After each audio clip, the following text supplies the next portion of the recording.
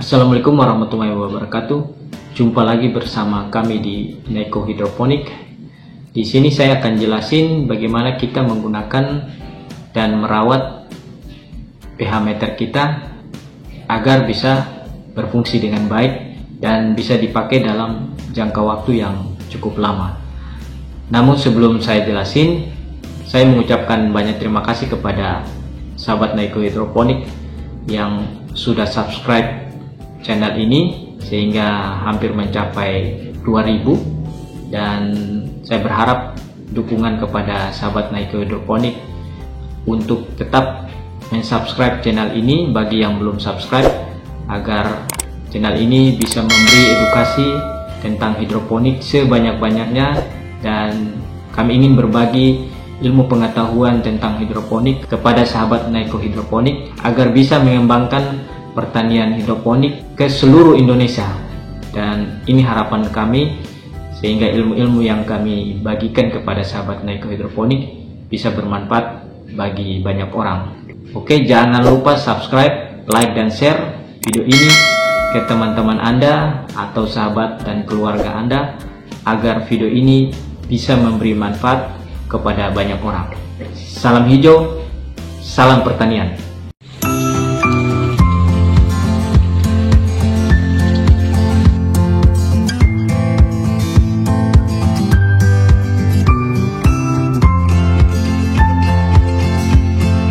Mungkin bagi sahabat Neko Hidroponik yang sudah bergelut dalam dunia hidroponik yang cukup lama, saya kira mungkin sudah mengetahui apa itu pH. Tapi bagi sahabat Neko Hidroponik yang mungkin baru memulai membangun perkebunan hidroponik, masih kurang atau belum mengetahui apa itu pH. Jadi di sini saya jelasin sedikit tentang apa itu pH, sehingga dengan kita mengetahui pengertian dasar tentang pH, itu menjadi dasar bagi kita untuk kebun hidroponik dan memahami cara kerja daripada pH tersebut. pH meter adalah alat pengukur pH, di mana arti dari pH sendiri yaitu tingkat atau derajat kebasahan atau keasaman dari suatu benda padat, semi padat, cair hingga tingkat keasaman di suatu tempat. Untuk arti dari huruf P sendiri ialah power, dan untuk huruf H yaitu simbol kimia yang berarti hidrogen. Nah, memantau pH larutan nutrisi Anda sangat penting di sini untuk membantu tanaman Anda tumbuh pada kinerja puncaknya, karena pH itu menentukan seberapa efektif nutrisi diserap oleh akar tanaman.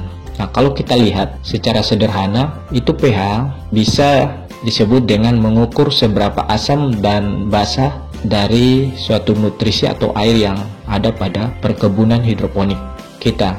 Nah, pH di sini bersifat asam, yaitu memiliki nilai ukur 0 sampai 6,99. Kemudian bersifat netral itu di kisaran 7, kemudian bersifat basah di kisaran 7,0 sampai dengan 14. Jadi alat ini adalah di mana dia bisa mengukur tingkat ukuran pH itu dari 0 sampai dengan 14. Jadi apa itu pH sahabat Neko Hidroponik? Secara sederhananya itu adalah ukuran seberapa asam atau basa suatu solusi pada skala 0 hingga 14. Solusinya bersifat asam jika memiliki pH antara 0 dan 6,99, dan semakin rendah angkanya semakin asam larutan pH tersebut. pH 7 itu bersifat netral, yaitu asam dan basa, sedangkan larutan dengan pH 7,01 hingga 14 itu bersifat basa. Dan semakin tinggi nilai, semakin basah larutan itu. Sebagian besar tanaman yang tumbuh dalam sistem hidroponik itu menyerap nutrisi paling efektif pada pH antara 5,8 dan 6,5. Jadi jelas kita membutuhkan alat pengukur pH untuk secara teratur memeriksa pH media nutrisi kita. Tetapi apa yang harus dicari dalam pH meter dan apa pH meter yang terbaik untuk hidroponik? Nah, mari kita lihat. Yang perlu diperhatikan di dalam menggunakan pH adalah komponen-komponen dari pH meter. Nah, komponen-komponen dari pH meter yaitu termometer, di mana bagian yang wajib bagi pH meter karena nilai pH dipengaruhi oleh termometer larutan. Kemudian elektrode kaca. Ini berfungsi sebagai salah satu kutub dari dua elektrode pH meter yang dimasukkan dalam larutan. Selanjutnya elektrode referensi. Ini berfungsi sebagai kutub yang berada dalam sebuah larutan sehingga terbentuk rangkaian listrik. Selanjutnya komponen amplifier. Amplifier merupakan penguat voltase yang dibutuhkan oleh pH meter. Dan yang terakhir adalah komponen mikroprosesor. Nah, berfungsi untuk mengubah dari nilai voltase menjadi nilai pH yang dikirim oleh amplifier. Jadi sangat penting untuk kita mengetahui komponen-komponen tersebut sebagai salah satu langkah untuk selalu melakukan perawatan kepada alat pH meter yang kita miliki. Nah, oke, secara teori hal yang perlu diperhatikan saat menggunakan pH meter. Yang perlu kita perhatikan adalah hindari pemakaian pada larutan, yaitu yang pertama, larutan yang memiliki suhu di atas suhu kamar atau air panas. Dalam hal ini adalah air panas karena dapat mengakibatkan pengukuran tidak akurat. Kemudian yang kedua, larutan yang memiliki suhu di bawah suhu kamar atau air dingin atau bisa kita sebut sebagai air es karena dapat mengakibatkan pengukuran tidak akurat. Kemudian yang ketiga, larutan yang tidak tercantum dalam daftar alat ini. Ya, seperti mungkin kalau penggunaan pH biasanya untuk air, kita mungkin mengukur minyak. Nah, ini tidak tercantum dalam peralatan yang kita gunakan untuk minyak. Jadi sebagai satu langkah untuk perawatan pH meter kita jangan menggunakan pada larutan-larutan yang saya sebut dalam video ini. Jadi ini menjadi perhatian kita agar pH atau peralatan yang kita miliki bisa secara optimal bekerja dengan baik. Nah, di sini saya ingin menunjukkan kepada sahabat Naiko Hidroponik melakukan perawatan terhadap pH kita sehingga peralatan yang kita miliki bisa bertahan cukup lama. Walaupun memang ada ukuran atau peralatan yang kita pakai ada waktunya harus diganti. Namun minimal kita bisa mencapai pada batasan maksimal penggunaan daripada pH meter yang kita miliki. Nah, di sini saya ingin berbagi kepada sahabat Naiko Hidroponik untuk bagaimana kita melakukan perawatan kepada pH meter kita agar pH meter kita itu berfungsi dan bisa digunakan dalam waktu yang cukup lama, sehingga jangan sampai Anda membeli kemudian rusak. Nah, sini saya jelasin dulu bahwa yang pertama, kenapa sampai pH saya itu bisa rusak. Ya, kami ini pada saat pertama kami melakukan pengiriman, ketika kebetulan kami kirim dari Surabaya, dan sampai di sini pada saat kami mengecek ternyata alatnya sudah rusak. Ya, kami tidak tahu rusaknya itu dari toko atau memang dalam proses perjalanan. Sehingga memang perlu diperhatikan pada saat kita melakukan pengiriman alat ini dalam jarak yang cukup jauh, memastikan proses packing daripada alat ini dengan baik sehingga bisa sampai di tempat tujuan kita gitu. Ini pada saat itu kami beli, sampai di sini ternyata sudah rusak. Kemudian yang ini pH yang kedua pada saat kami menggunakan. Jadi kami menggunakan waktu itu alat ini.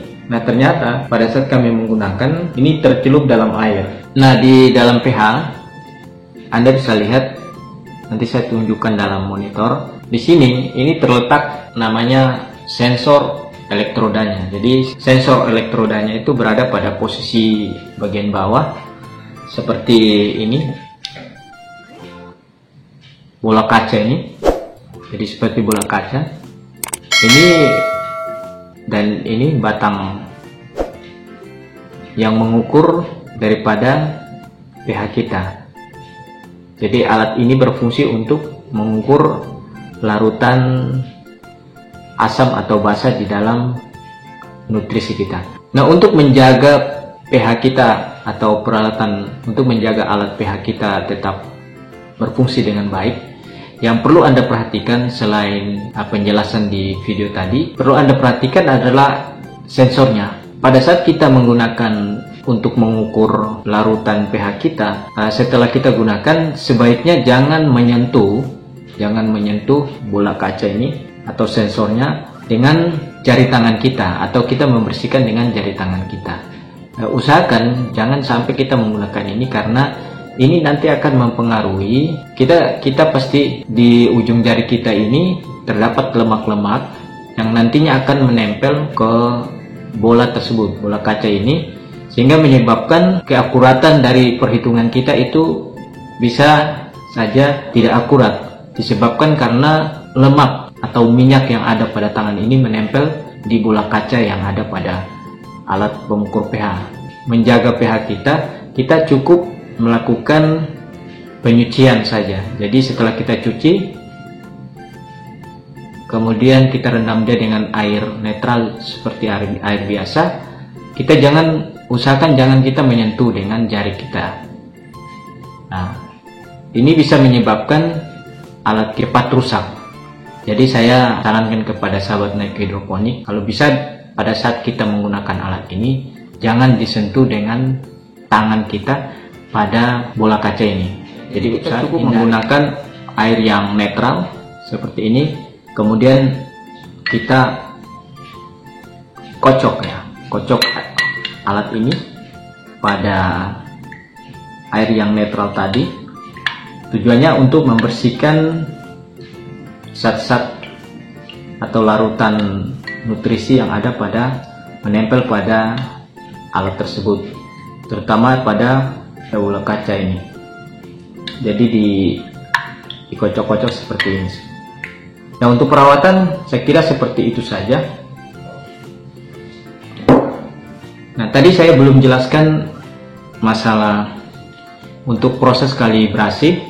Nanti saya akan buat dalam satu video bagaimana kita mengkalibrasi peralatan pH dan TDS meter.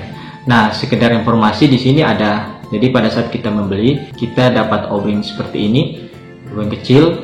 Nah, ini fungsinya adalah untuk kalibrasi. Jadi sahabat Naiko Hidroponik bisa lihat ada tombol kecil di sini.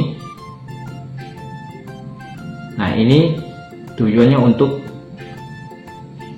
kalibrasi. Jadi kita bisa nanti menggunakan obeng ini untuk memutar menyesuaikan dengan pH larutan. Nanti saya akan ngasih link di atas bagaimana kita kalibrasi daripada peralatan pH kita. Ya, kemarin ada juga yang bertanya kepada kami, apakah peralatan ini bisa digunakan di kolam ikan? Nah, sebetulnya bisa, karena pH yang kita pakai adalah pH untuk mengukur tingkat keasaman atau tingkat basa pada air. Jadi ini bisa digunakan di kolam ikan kita dengan menggunakan pH seperti ini. Nah, berbeda kalau kita gunakan di tanah. Jadi alatnya beda juga dengan peralatan pH yang digunakan di air. Untuk mengukur keasaman daripada tanah, kita harus gunakan alat lain. Jadi bentuknya tidak sama dengan pH yang dipakai di air. Sahabat Naiko Hidroponik, mungkin itu saja penjelasan dari kami. Bagi sahabat Naiko Hidroponik yang mungkin belum paham atau tidak jelas dengan apa yang kami berikan, bisa mengisi kolom komentar untuk memberikan pertanyaan-pertanyaan, dan kami sangat senang apabila sahabat Naiko Hidroponik berpartisipasi mengisi kolom komentar, agar ilmu yang saya punya itu saya bisa berbagi dan terus saya mengembangkan ilmu saya untuk pertanian hidroponik. Oke, terima kasih kepada sahabat Naiko Hidroponik. Salam hijau, salam pertanian. Nantikan kami di video-video kami berikutnya. Terima kasih.